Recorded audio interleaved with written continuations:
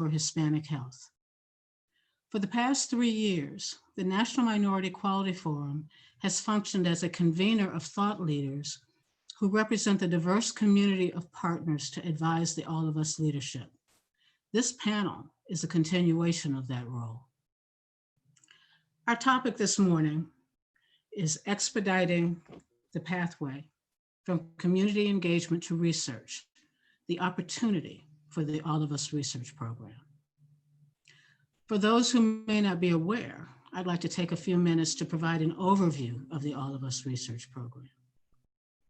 The National Institutes of Health, through the All of Us research program, seeks to gather health and lifestyle data from 1 million or more US residents to inform a longitudinal cohort study that will be operational for at least 10 years.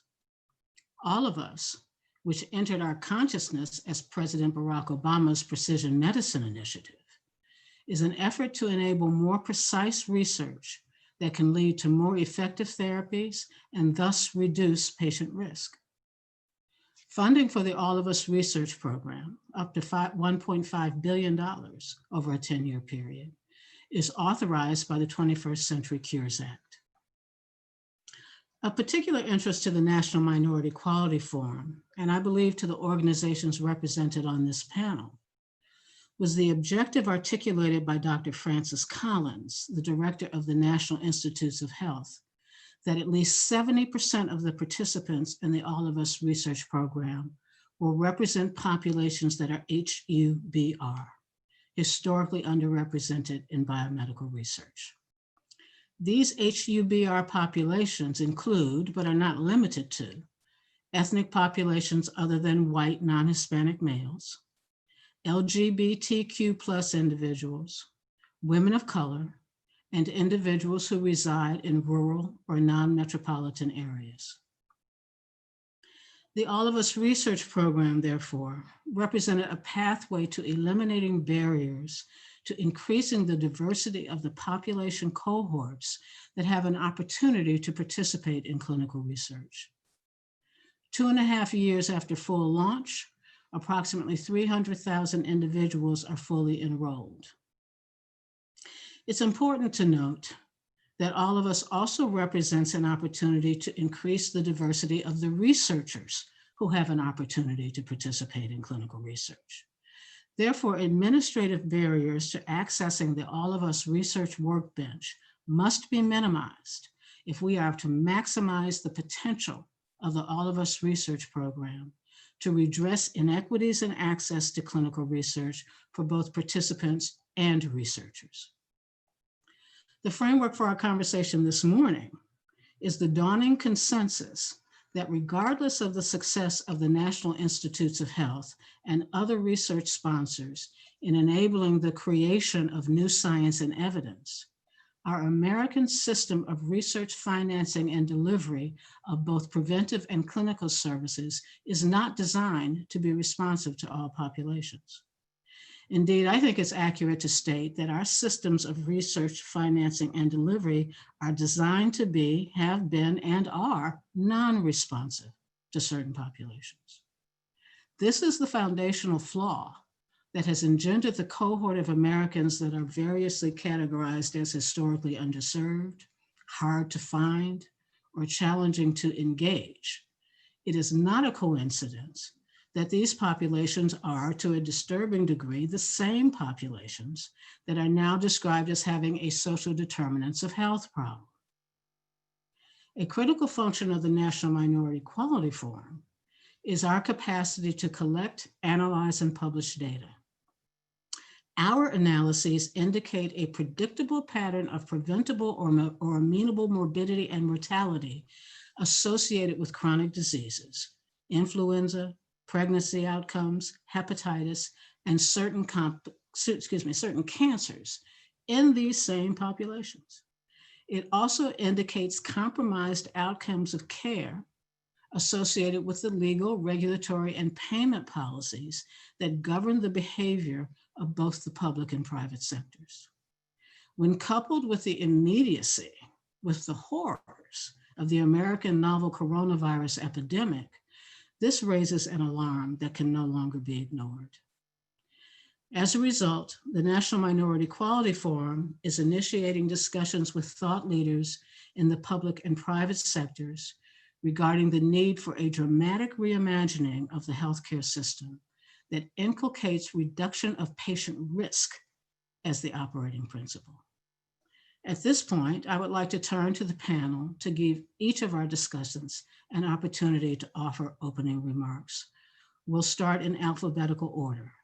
Dr. Benjamin, please go first. Thank you very, very much. And everyone, I'm glad I can be here.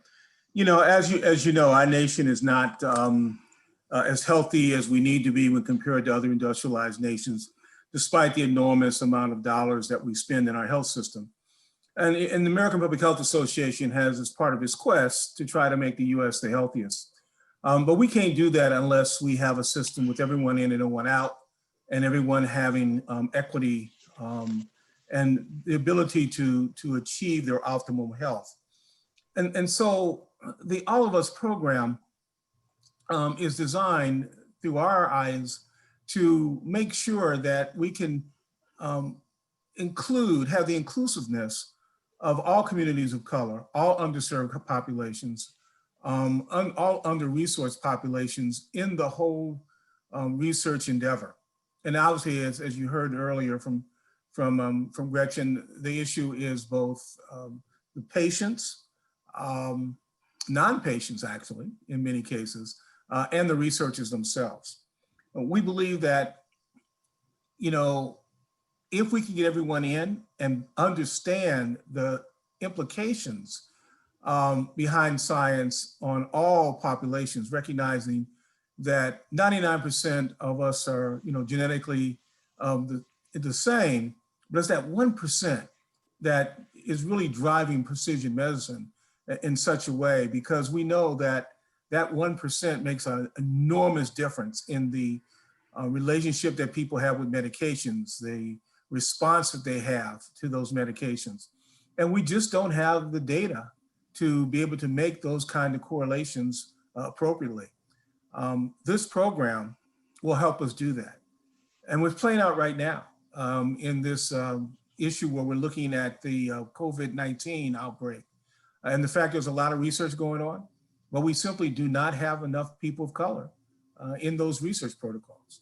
We don't have yet enough people of color in the vaccine studies, for example.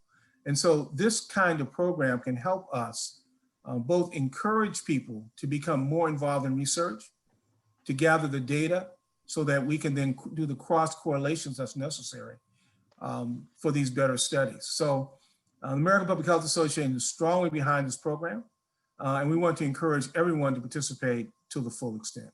Thank you. Thank you. Dr. Brown? You're on mute, Dr. Brown. That's good. Thank you. Good morning, and thank you for inviting me to participate. I would like to start off by really giving you a few pointers about the W. Montague Cobb Research Institute that is part of the National Medical Association. The Cobb NMA Research Institute was formed about 14 years ago as a high-level think tank to respond to the solutions and answers to health inequities. And it has been through the vision and leadership of the Institute and benefiting from the long history that as a part of the National Medical Association history of advocacy that's going to focus us in helping to identify issues and developing solutions that should reduce racial and ethnic disparities. We have been a part of the All of Us research program since its inception as a provider engager component. And we see the performance of cutting edge work in medicine and helping to move along the Cobb Institute's engagement in the solutions as a trusted resource in the community. Today, we focus on the issues of the social determinants of health, and it is certainly helping to consume us as we address the worldwide pandemic of COVID-19.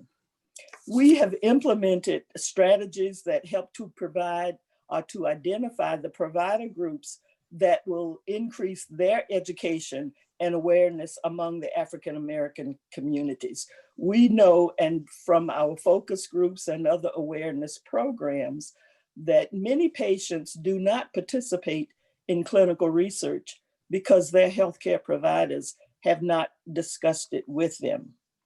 And so we have hosted a number of programs and participate in events with our partner organizations to really stimulate enrollment of the All of Us programs in keeping with this mission to enroll 1 million individuals in this country. We recognize, of course, that diversity is key to answering those questions. And as healthcare providers, our healthcare provider organization, we really want to make sure that not only African Americans, but other underrepresented minority populations are part of this cohort of individuals. And because, again, we know from our history that providers' primary interest across the board is really to maximize the limited time that they have with their patients and to ensure that they're going to receive high quality, exceptional care. And so therefore, COB wants to participate in the All of Us activities and initiative that will help to benefit the enrollment of our provider organizations and members to reduce the time that they're going to have away from patient care, but they're also going to engage in the research. And we know that there's some hard questions that have to be answered for our patient population because we understand and address the historical barriers that we've had. We do not try to get around them. Those are questions that's there, and they want to know, how is this study going to differ from other studies? In particular, even though there is a generation of individuals that don't even know about the Tuskegee experience, that is still on the mind of a number of individuals. So we have to answer those questions from them and not shy away from it. We have to answer the questions about what is it that our patients are going to be asked to do? And one most important for them is, how are we going to protect the information and their data? And those are very key questions of managing and providing that information. And the Cobb Institute has been on the forefront for answering those questions to the provider community and not shying away from those pain points, but looking at that as an opportunity for us to engage and increase the enrollment and provide feedback for the individuals. We know that at this time, the All of Us program has enrolled a significant number of underserved populations that have previously not been engaged in biomedical research. And we feel that because we are working with those provider organizations and collaborating with other partner groups to reach those communities that have not been reached before, answering those pain points and making sure that they are comfortable in giving that information, particularly as we now move forward with collecting genetic information. And we've heard that that 1% is really going to make the difference as we move towards answering the hard research questions that our patients will have. And so we look forward to participating in the continuously participating in the program as they move to the next level. Thank you. Thank you, Dr. Brown. Mr. Falcone? Good morning, everybody. It's great to see you. I miss seeing everybody in person, but I'm looking forward to better days ahead. But it is great to see everybody virtually. For those who don't know the Alliance, the National Alliance for Hispanic Health for 47 years has been the largest network of Hispanic serving health and human services professionals in this country. Today, our community-based organization members provide services to approximately 15 million persons a year. So it's a very broad, very deep service delivery network. And as part of that, we have a responsibility to make sure the best in science is reaching our communities. And just a couple of words about why we are so invested and so involved with all of us. We've been there since the beginning.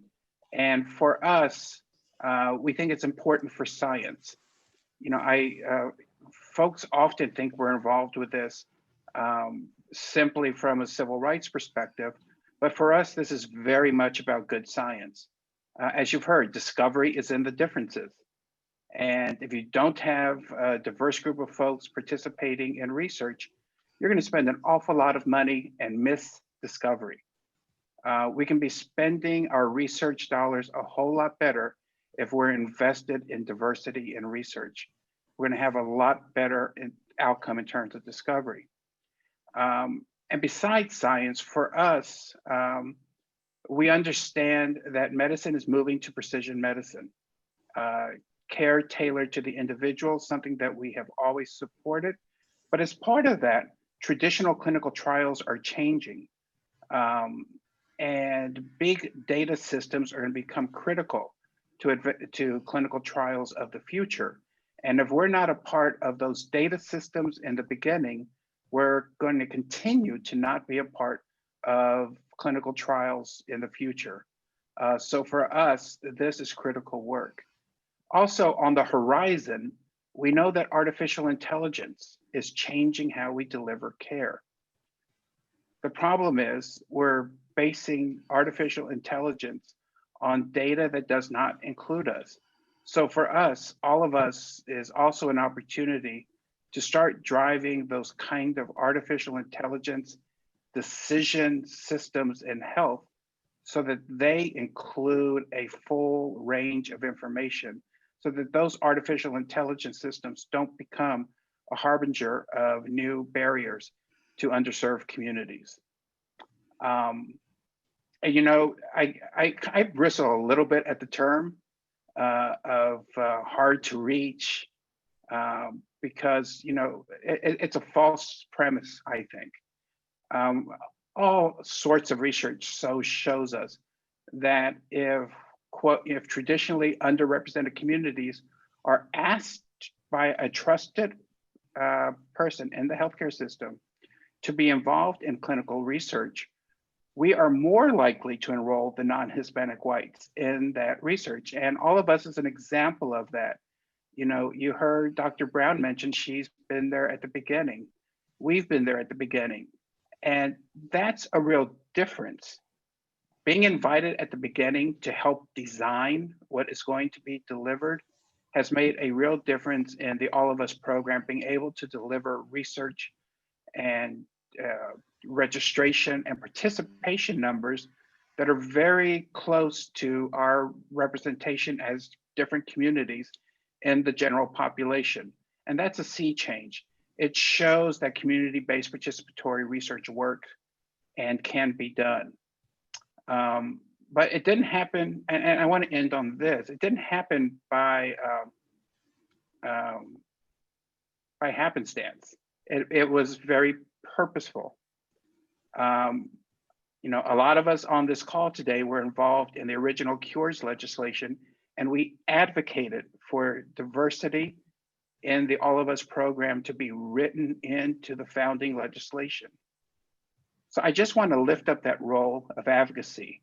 A very smart member of my network once told me, Adolph, we've known since 1985 in the Secretary's report that we weren't included in research, but that shouldn't be surprising because that's a reflection of our values as a nation. Throughout history, we've always counted what we valued. So we need to change that value proposition. We are a part of this country. We pay taxes at the same rate as everybody else, and we are financing this research system. As the purchasers of our national research enterprise, we need to be included. And advocacy is a central role that we all must play as scientists to move forward research. And I'll end it there. Thank you. As the panelists know, I've prepared a few discussion questions to prompt the conversation. I would also like to remind the audience, if you have any questions, to please enter them in the Q&A box, not in the chat box. I was reviewing the questions to look for the easiest one to start with, but the problem at this point is that there are no easy questions, and there are even definitely no easy answers. So I'm going to sort of remind Adolph that at, I think it was the first Thought Leaders meeting, he reminded some of us that we've been having this same conversation since we were using great big discs that a friend of his identified all of the different media that we've used to capture information. And I go back to a time when we didn't even have computers on desks, that the notion that staff would have a computer on the desk was considered folly of some kind. So the challenge we have, I think, is from the perspective of sort of tabula rasa, because we've made some progress, but as everyone has pointed out, we're continuing to contend with the same challenges of bringing what is now what is a growing and actually majority of our country into the research enterprise, into the healthcare enterprise. I think it was clearly not envisioned at the time this system was designed, but we are here, we pay taxes, we're charged the same amount, we suffer and die at greater rates than others. So to setting aside concerns about how we'll pay for it for the moment, I'd like to ask each of you to speak to your vision of, or your priority for a redesigned, a reimagined health services research delivery and financing system that does indeed assign value and engagement to us at the very beginning of the conversation, not just at the point when we're an opportunity for a billing. And I'll start with Dr. Brown. Yes, thank you so much for that question. And yes, our healthcare system really needs to be reimagined, as sort of a new term. I believe that diversity drives the science. And so when we look at our healthcare, we have to have a diverse healthcare system, a diverse healthcare workforce. And as I've heard also, we have had over the years, we've spoke about this, but yet when we look at the number of minorities that are entering medical and other health professional schools, the numbers are really going down instead of going up. And that is an area that we really need to work on to make sure that our workforce, because it is a key part of the quality of healthcare that we are going to get. We are advancing and working on a number of technological things, and that's really wonderful. AI and smart technologies are really wonderful. But if you have not researched that in a diverse community, then you don't know whether it is really going to be effective in the communities that you're working on. And I would say from the Cobb NMA standpoint, we see that we can collaborate. And I think it really is going to help us to move away from working in silos where we have in the previous years, to moving into a collaborative approach to get the synergy of working together and advancing that. And I think that's really where we're beginning to focus our interests at this point. And using COVID-19 as a primary vehicle to answer those kinds of questions, it's really important because it involves your education, your transportation, your first liners, all of the systems working together as well if we are going to get out of this pandemic with any substantial numbers. Thank you. Mr. Falcone? Well, I want to echo one thing Dr. Brown said.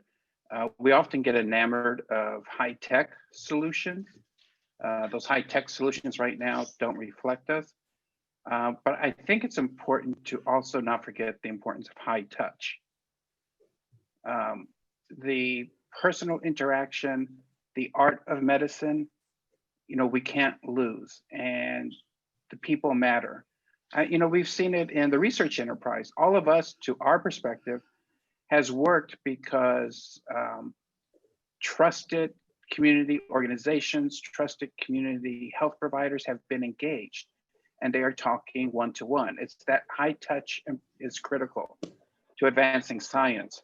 But in terms of changing the research enterprise, one of the things that we have been advocating for is a diversity score in research, that every research proposal funded by NIH should have a diversity score, because without a high diversity score, that research is doomed to not be effective.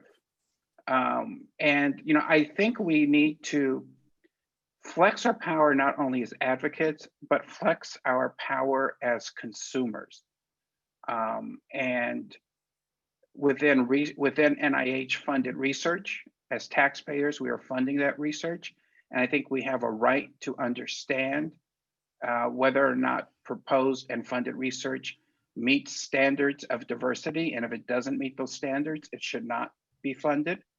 And those diversity scores should be publicly available on all publicly funded research. And as part of the COVID-19 trials, we've been talking to pharmaceutical companies as well about the importance of inclusion from a business perspective. If this vaccine is not adequately tested to know whether or not it works in African American and Hispanic communities, unfortunately, we are the very populations being most affected.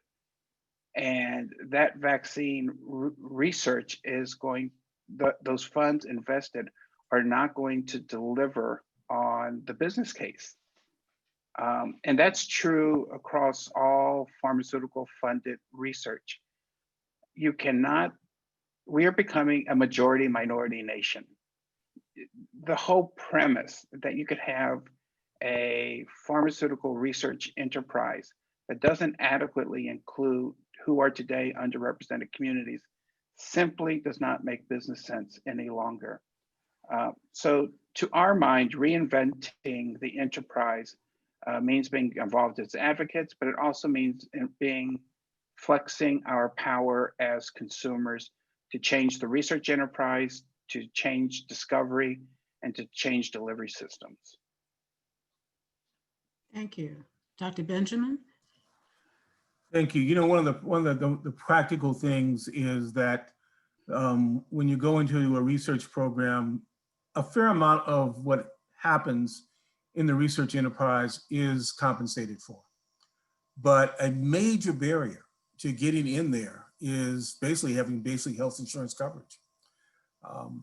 The lack of basic health insurance coverage often means that you don't have linkage with a medical provider. You don't have a physician-patient relationship. And we know one of the strongest ways for people to get into research is through their primary care provider. Those providers know the protocols, they know you, they understand what your needs are, and they serve as a conduit to, in many cases, getting into research programs. So having a system that does not have everyone in and nobody out, I got to tell you, is a major barrier to making sure we have equity in research. It does a bunch of things. It pays for those non-research things that the research protocol doesn't pay for. They also pay for a fair amount of the pre-care and aftercare that occurs outside that research protocol. So I would argue that universal access to healthcare, so that everyone is covered, is going to be extraordinarily important as a baseline to improving the research. It also benefits the researchers. So obviously having researchers that are of color and in underrepresented minority groups who can do research. Well, research doesn't pay the bills. And so they've got to have a functional practice to do that. And they also have to be, even if they're in an academic research center, being able to adequately have the resources to support those programs. That's particularly true in our historical Black medical schools, making sure that they have adequate resources to pay those bills. So, and the overhead and the indirect, because the research endeavor is very, very expensive. And again, the research protocols don't pay all the bills. So this is kind of a very practical, I think, approach to doing that. But I think it's something that's extremely important if we're going to move. And that's something that we absolutely need to make sure that we're moving towards in the next 4 years. Thank you. I add one point to that. Certainly. Just wanting to add one point. I think Dr. Benjamin has brought up a key part that is missing. Our HBCU institutions, particularly those that are engaged in research, don't have the infrastructure dollars that are there. And many of the research programs do not allow that to take place. And so perhaps we need to advocate for getting more funding put into infrastructure that is designed to go to our institutions so that we can then get on a level playing field. And I think the other key part of this, we have to advocate for the community. And as Mr. Falcone has indicated, we need to be at every level of the research program. We want to be those that design the program. We want to be those at the academic institution that's going to implement and deliver that. And then we want to be there to disseminate that information that is gained back to our communities. So at every level, as the trusted agents that's going to be engaged. Thank you. Thank you. And my follow-up question is for any of you, so you can unmute yourselves at this point. I want to follow up on a couple of things. One is, I think, a legitimate concern about, from what we're hearing, the loss of the value of the human touch and the human eye, using all of our senses to engage with other human beings. But I also want to speak to what I think is being recognized as the potential value of more aggressive use of technology, of artificial intelligence, if you will, or whatever they call it, to expand the capacity of our system to deal with the growing numbers of people who need to be served, the increasing variety, because it's not just the sort of what we know now to be the genotypic and phenotypic variety, but as the science progresses into what is truly the potential for precision medicine, we all are to some degree becoming a rare disease, a rare case, if it truly becomes precise. And I think a case can be made that artificial AI can help us move in that direction more rapidly. So I'm asking the three of you to, in the interest of reimagining, really, speak to ways we can use AI, not only to have a more responsive system, but maybe to eliminate some of the human bias that comes with that human contact. And I think, as we all know, those human biases are not just based upon visible differences, but also the perceptions of caste and class that we all bring to human interaction. So how can we use that? And I'll add one more thing just to complicate the conversation. Several years ago, 10 maybe, Dr. Michio Keiko spoke at our awards dinner, the Summit Awards dinner. And he suggested that instead of trying to resolve some of the issues by creating more clinicians, that we find a way to merge that knowledge that we have with AI, so that when that human clinician is brought into the conversation, they're operating always at the top of their license, at the top of their game, and that AI can somehow take on some of the role that simply more personnel would be required to perform. So I'll start with Dr. Falcone, excuse me, Mr. Falcone this time, and then go to Dr. Benjamin and Dr. Brown. Well, I think as we've all mentioned here, AI is in medicine is proceeding at a pace that outpaces our knowledge. We are implementing systems. We are currently implementing systems that frankly are based on bad data. And the problem with that is the outcomes can be fatal. You know, one example we've often talked about is heart failure in African-American males and post-treatment. There are differences in the best protocol and the best treatment. And a lot of the protocols are not programmed right now to reflect that. And there's a very direct impact on outcomes, including fatality after heart failure events. And it's true across a whole series of diseases and illnesses. There are differences in the Hispanic community with regard to asthma treatment, with a number of treatments for mental illness. There are different dosing requirements that the data shows us that we know, but those aren't making it into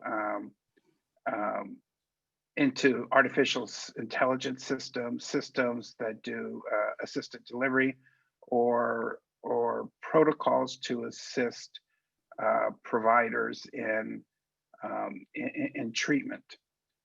So to my mind, artificial intelligence is one of those areas that simply has not had enough researchers of diverse backgrounds, and we have really not addressed the issue. And we're behind the ball on that right now, because artificial intelligence is just rolling in terms of how we deliver medicine. You know, so that's one thing. The other thing is, I think one thing we've learned about being at home is that there are other ways to provide high touch. What we're doing right now is one of those ways. We are looking at how do we do a better job of being virtual providers. And there are a couple of things I would point out here. One is that we have to expand our definition of providers. You know, one of those health professions that's been lagging in recognition, I think, are promotoras, lay health educators, and the role that they can play in extending the reach of physicians and other prescribing providers. They can do a lot of the work that deals with the social determinants of health, that really provide better information to the provider on that patient's particular home environment, nutrition habits, family stresses that all have an impact on health, but that providers often don't have that kind of information that would benefit the type of care they're able to provide. And I bring that up because for me, a really interesting situation has happened in the state of Texas, in that very recently they have certified a promotora-based home visit program to address COVID-19, not only in terms of early identification of what might be symptoms for COVID-19, but also for dealing with patients in terms of outcomes from COVID-19 that often aren't addressed, like mental health issues and other issues that we are now finding after, quote, recovery from COVID-19 are having a real impact on communities. So that's the second thing I would say. Besides really getting involved in AI and improving the information that's going into AI, we have to start looking at how we can use virtual systems, and not only where they've been used traditionally with prescribing providers, but also all the other health professions, including lay health educators and promotoras. Thank you. Dr. Benjamin? Yeah, so I remember being in my internship, my first year residency, seeing the first CAT scans, just to say how old I am. And those were these old grainy things, and we look at the brain and we couldn't figure out how anybody could read those darn things. And now the technology is in color and in 3D, and you can slice it and play with it and, you know, manipulate the tool in a variety of ways. And they're wonderful technologies. Fast forward to coming into an emergency department and being seen in a patient that was turned over to me, who came in with severe back pain and was about to be discharged as a person with a renal colic.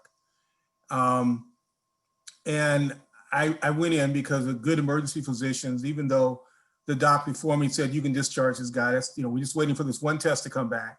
A good ER doc goes back and takes your own history, talks to the patient, and looks at their exam and their testing. And I did that. And quite frankly, didn't find anything on physical exam. The patient had been given a fair amount of pain medication. He was a physician, by the way, and he was up and about on a phone because he was in town to give a presentation at a medical conference, trying to arrange for someone to do his presentation because he was gonna, you know, he's gonna go back to the hotel and rest. But the story wasn't right. The story just didn't make sense.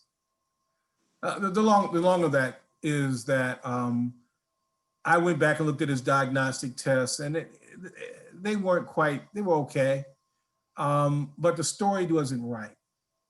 And the bottom line is he had a dissecting thoracic aneurysm. Test showed it a little later that day. I was able to convince the internist on call that, you know, this guy's story wasn't quite right. And when the internist came in, he said, you know, there's something odd about this story. He just, you know, when you're seeing a lot of renal colic in the ER, you've seen a lot of renal colic in the ER, and there's a couple things that just weren't right about this guy. And I just say that to say that one thing I learned in medical school and all my practice is that technology is wonderful, but it should wrap around your clinical instincts. And so we need to use as much of the technology as we can, but at the end of the day, we do need to deal with conscious and unconscious biases. But I can tell you that one of my biases that day was that doctors always come in with bad things when they come into the hospital because we don't like to go to the doctor. And that anybody who turns a patient over to you and says, yeah, just, he's okay, just check this test, and then they can go home. That has gotten more emergency physicians in trouble than anything else, which requires, you know, you going back over the patient and re-examining them. And then fast forward to my time in public health. and again, recognizing that we have a lot of people that want to sell us all kinds of tools. After the anthrax letters, every consultant in the world was there trying to chase the money, the new money coming down the pike. With COVID, we got all these tools to track, to do contact tracing supposedly. And yet, you know, we're not doing it very well in our country. So I'm for the intersection, because I'm a technology geek. I'm for the intersection of technology, but it should make you more efficient and not replace you. We're going to need physicians. We're going to need the people operating at the full highest level of the clinical training and practice. And as Adolfo pointed out, we need to make sure that we expand the number of people that are practicing in this area. And there's many things technology can do to lighten our load, you know, to help us move along quickly. But we need to be very, very cautious and plan that future and not let the technology, in my mind, drive it. Thank you. Dr. Brown, did you have a Yes. comment? Mhm. Agreeing with both of the previous comments. In particular, the technology is important because it's honing down to give us that fine edge. But I think you have to remember that all of these technological tools depend upon data. Data in, data out. So there was an old saying, if you have garbage in, you're going to have garbage out.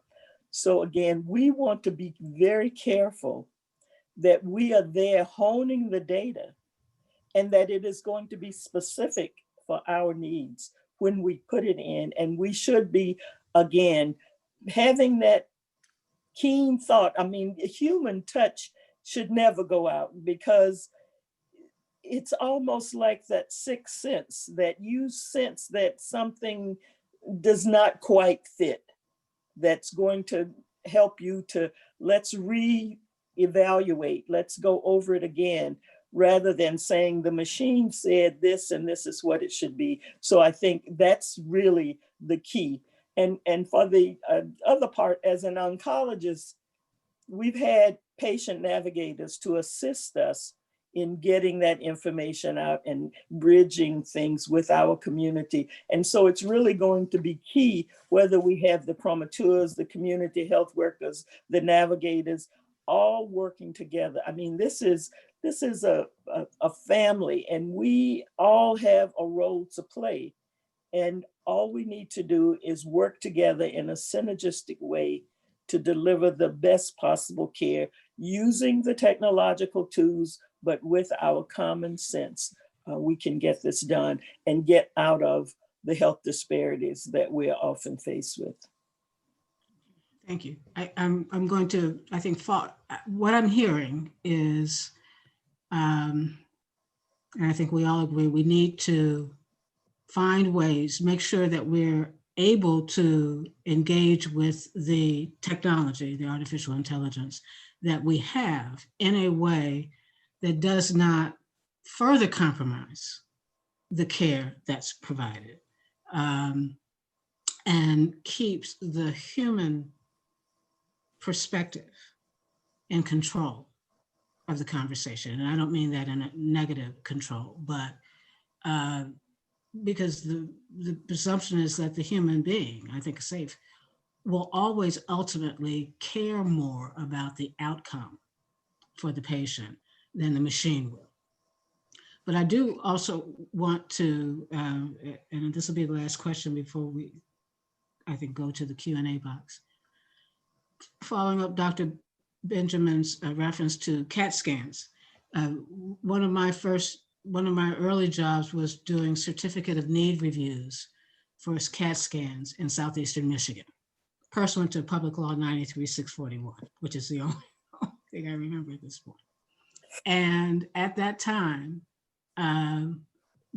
the issue, as always, was escalating costs of care.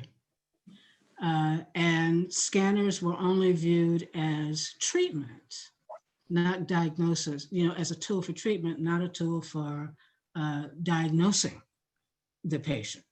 And when I was in the health systems agency in Southeastern Michigan, and as we were the young people then, what Gary referred to this morning as young Turks, we were young.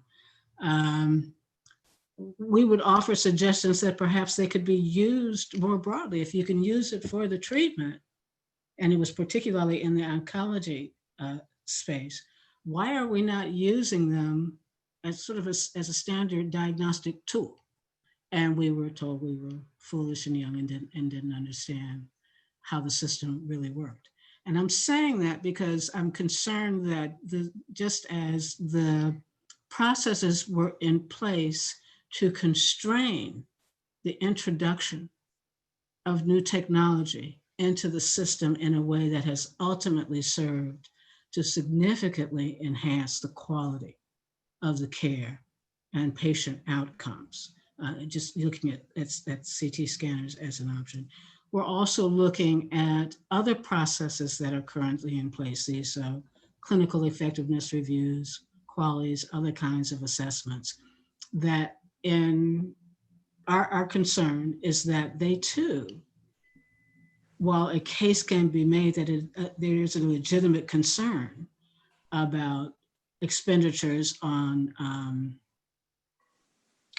ineffective responses, but making sure that it's truly an ineffective response rather than assigning a value to the potential recipient of that service, but also that those kinds of reviews are not serving, just as the certificate of need reviews did, constraining introduction of new knowledge, of new information, of new technology into the system, because what that they also do is discourage new sponsors from exploring new avenues if the concern, this is our concern, if the concern is that even post FDA approval,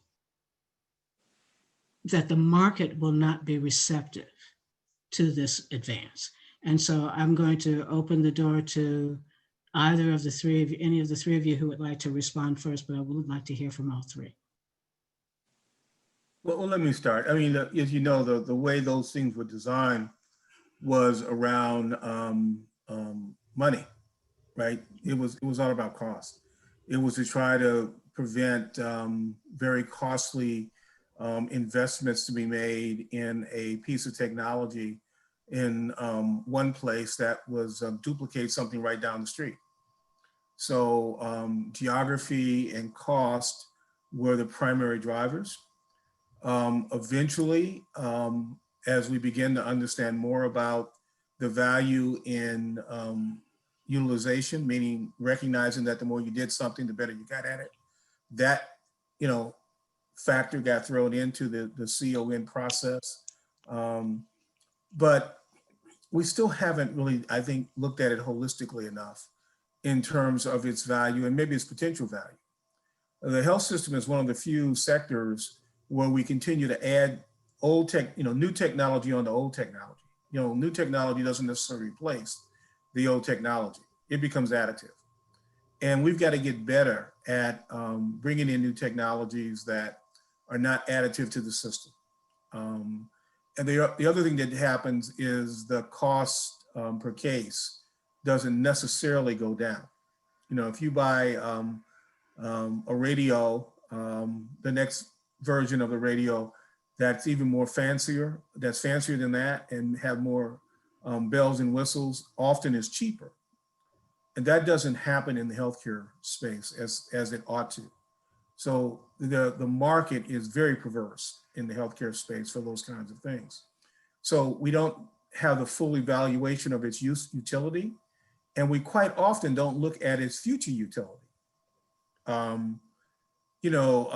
these smart devices we're wearing, if one goes out to what their future utility is, you can literally stop having to do vital signs in the clinician's office, because when you walk in, the system could theoretically just pick up your vital signs, right there. At least pulse, respiratory rate, pulse ox, in fact.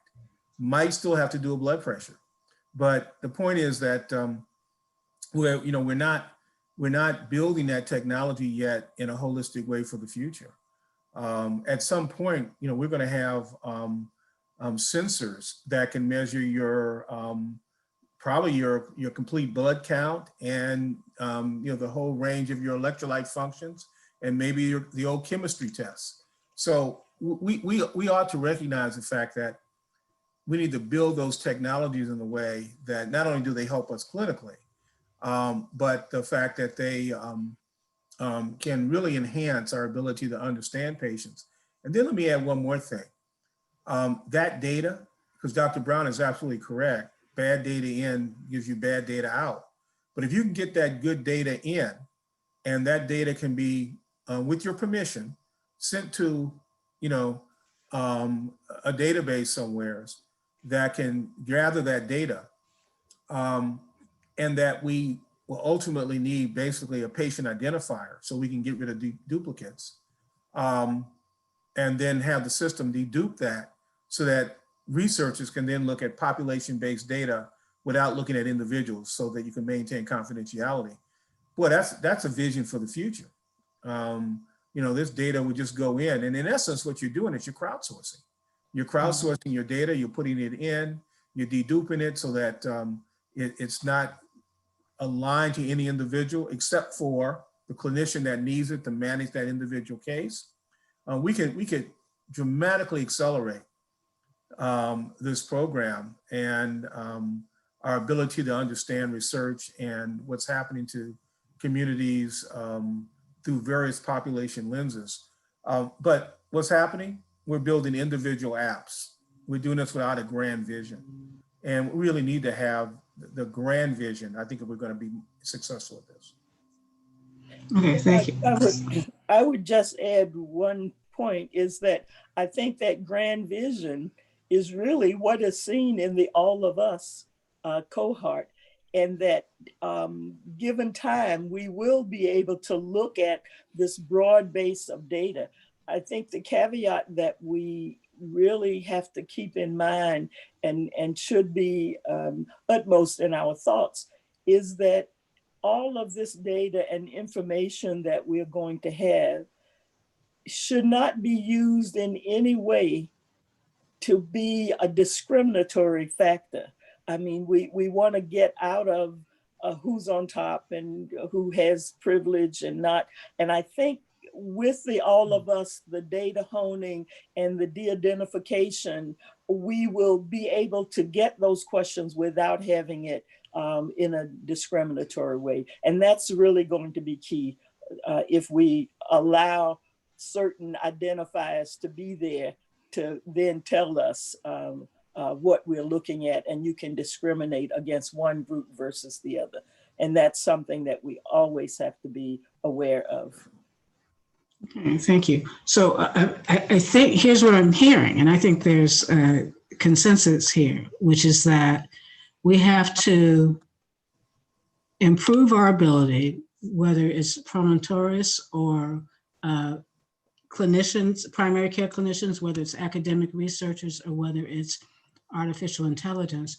We need to improve, we need to create a system that defragments, to use an old term, the manner in which we're engaging with the patient population and links them in such a way that they work to the advantage of the population and not just a particular sector. And I'm going to submit that right now, that needs the human beings who are committed to assuring that those of us who are defined as having negative social determinants of health don't simply continue to have those negative determinants in a way that is reinforced by the system programming that will perpetuate those biases.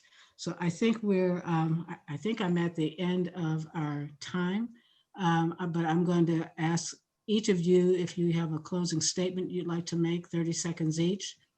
Please feel free to do so. Although this has been a spectacular session. Thank you so much. Hi, this is Benjamin. Vote. Just vote. Absolutely critical. We must vote. And remember that healthcare decisions are shared decisions with our community, our patients, the system in which they're operating to give the best quality healthcare. Thank you. And I would just echo the vote message, and on the research side, to everybody who's attending today, make sure you're a part of the solution. Go to joinallofus.org/juntos, JUNTOS, joinallofus.org/juntos. It's the first step to be a part of the research solution. Thank you. My thanks to all of you for joining this panel. This has been a unique opportunity, I think, for us. And I think the next link to the next session will appear in the chat box. For those who are interested in pursuing more information regarding the political determinants of the social determinants of health, I would refer you to the book that Daniel Dawes just authored on the political determinants. And Mr. Dawes is the director of the Satcher Leadership Center, I think it is, at the Executive Leadership Center at Morehouse School of Medicine. Thank you all for joining us this morning. Thank you. Thank you. Yes.